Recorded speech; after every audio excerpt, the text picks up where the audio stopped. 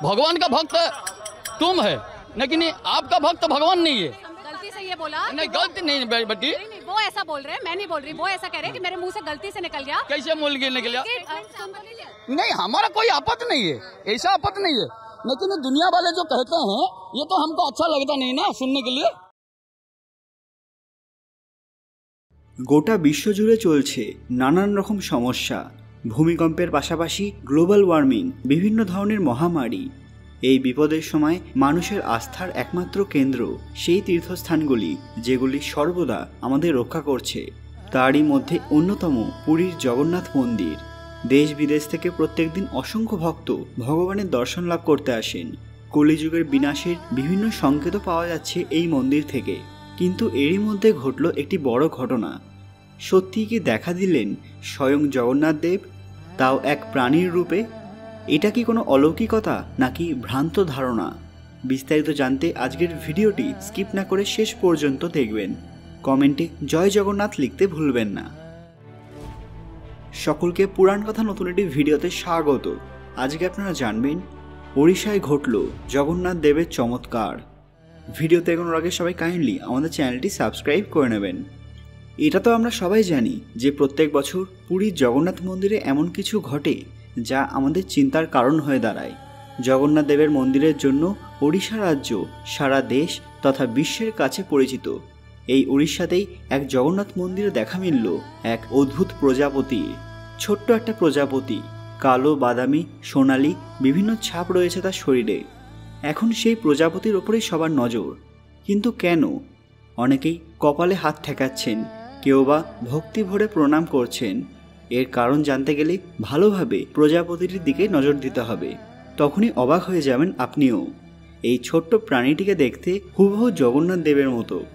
ভিডিওটি ভাইরাল হতে 1 মিনিটও সময় লাগেনি, আর তারপর থেকেই প্রচুর মানুষ ভিড় জমাতে থাকেন।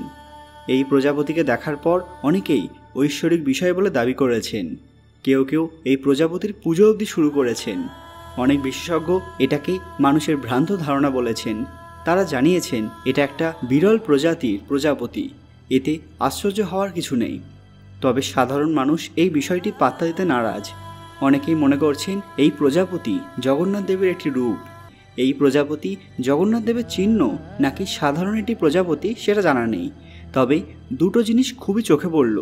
প্রথমত, এই প্রজাপতি আগে অন্য কোনো মন্দিরে দেখা যায়নি, দেখা গেল জগন্নাথ মন্দিরেই, যেটা লক্ষ্য করার মতো বিষয়। আর দ্বিতীয়ত, যখন গোটা বিশ্ব বিভিন্ন সমস্যায় জর্জরিত, ঠিক সেই সময় ঘটল এরকম ঘটনা। সাধারণ মানুষের বক্তব্য জগন্নাথ দেব নাকি এভাবেই বিভিন্ন অবতারে বিভিন্ন সময়ে ধরা দেন। বিশেষজ্ঞরা জগন্নাথ দেবের অবতার তত্ত্ব সরাসরি খারিজ করে দিয়েছেন। কিন্তু এটা বলাই যায় যে এই ঘটনা তাদেরকেও স্তব্ধ করে দিয়েছে। সবচেয়ে বড় কথা, কিভাবে এই প্রাণীগুলিকে রক্ষা করা যায় তার চিন্তা করার কথা বলেছেন বিজ্ঞানীরা। জগন্নাথ দেব সম্পর্কে এবার কিছু অজানা তথ্য জেনে নেওয়া যাক।